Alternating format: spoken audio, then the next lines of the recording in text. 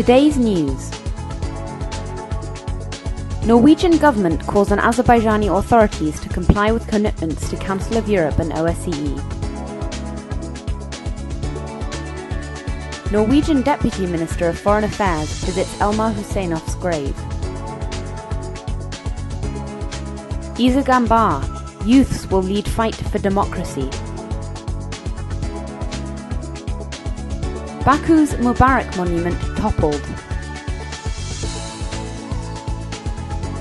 400,000 registered disabled people in Azerbaijan, video reveals.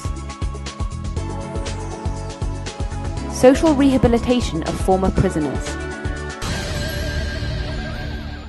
Norway values its relationship with Azerbaijan, said Crown Prince Haakon at a press conference yesterday evening, concluding his two-day visit to Baku. He noted Norway's success in Azerbaijan in the company of Statoil. According to Haakon, Azerbaijan uses its oil resources well. The Crown Prince also discussed issues surrounding the democratization of Azerbaijan with the national leadership. Deputy Norwegian Minister of Foreign Affairs, Espen Barth Eide, commented on the outcome of these discussions. In answer to a question on the human rights situation here, and the fate of the arrested bloggers Bakhtiar Hadjiev and Jabbar Savalanlı, he noted that Azerbaijan, as a member of the Council of Europe and OSCE, should implement all of its international human rights obligations. The minister stated recent positive progress, referring to the release from prison of journalist Einullah Fatulayev, with whom Haakon also met. However, he also mentioned that there are unresolved issues that remain in this sphere. When asked whether discussions had included reopening the local unit of the Norwegian Human Rights House in Azerbaijan, the Deputy Minister of Foreign Affairs said that during the week prior to the visit, the issue had been discussed by the foreign ministers of Norway and Azerbaijan via telephone. Norway hopes that the problem will be resolved. The protection of human rights will not only enrich Azerbaijani society, but will also contribute to the development of our cooperation, said Eide.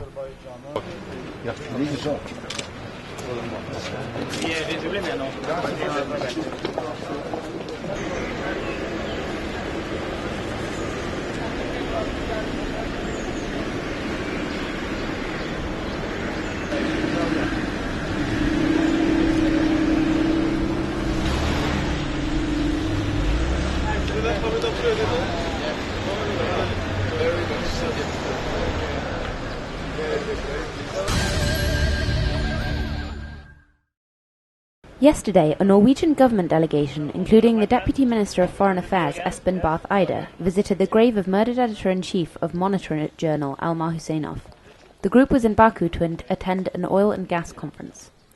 Representatives of local press organizations, recently released journalist and prisoner of conscience Einullah Fatulayev, Elmar Husseinov's father Sabir Husseinov, and public representatives accompanied the delegation.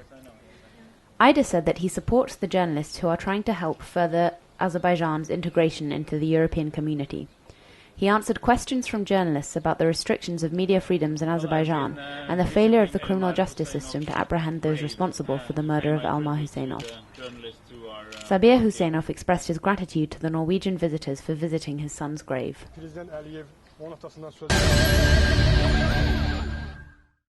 Today, Musavat Party chairman Azerbaijan conducted meetings with youths at the headquarters of the Musavat Party. Musavat Party Youth Organization Deputy Chairman Sakavat Sultanlu said that there were serious problems in the government's youth policy. The meeting emphasized that there are serious problems, including unemployment, homelessness and corruption of the education system. There is also another problem, the punishment of youth activists, said Sakavat. He condemned the practice of arresting youths for their political activity.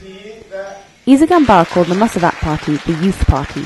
He expressed his gratitude to the youths who have joined this party. He discussed the revolutions across the Arab world and Azerbaijan. He deemed this process as a fight for freedom and democracy, and he said that if there is authoritarian rule, corruption or injustice in a country, freedom will be impossible. The meeting condemned the fact that the government is afraid of improving public participation of the youth and its use of repressive measures in this area. Azerbaijan said that the youth were leading the fight for national freedom at the end of the 1980s, and that they will continue to lead democratic change and they will achieve victory in this struggle.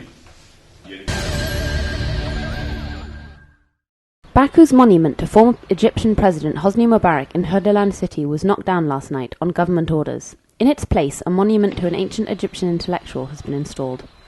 Objective TV's correspondent saw the end of the process today. The park has been closed and under police guard since February, but has now been reopened, and a few people were walking around today.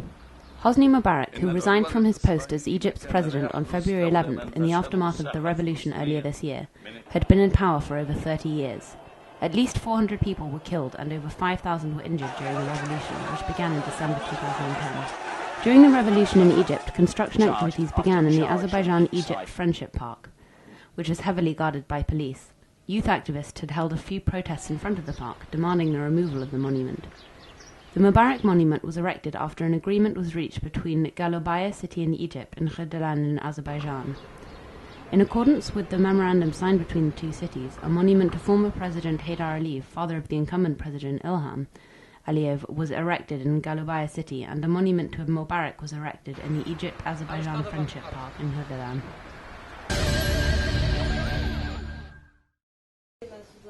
Today, a social information bulletin on equal rights and opportunities was presented in Trend News Agency.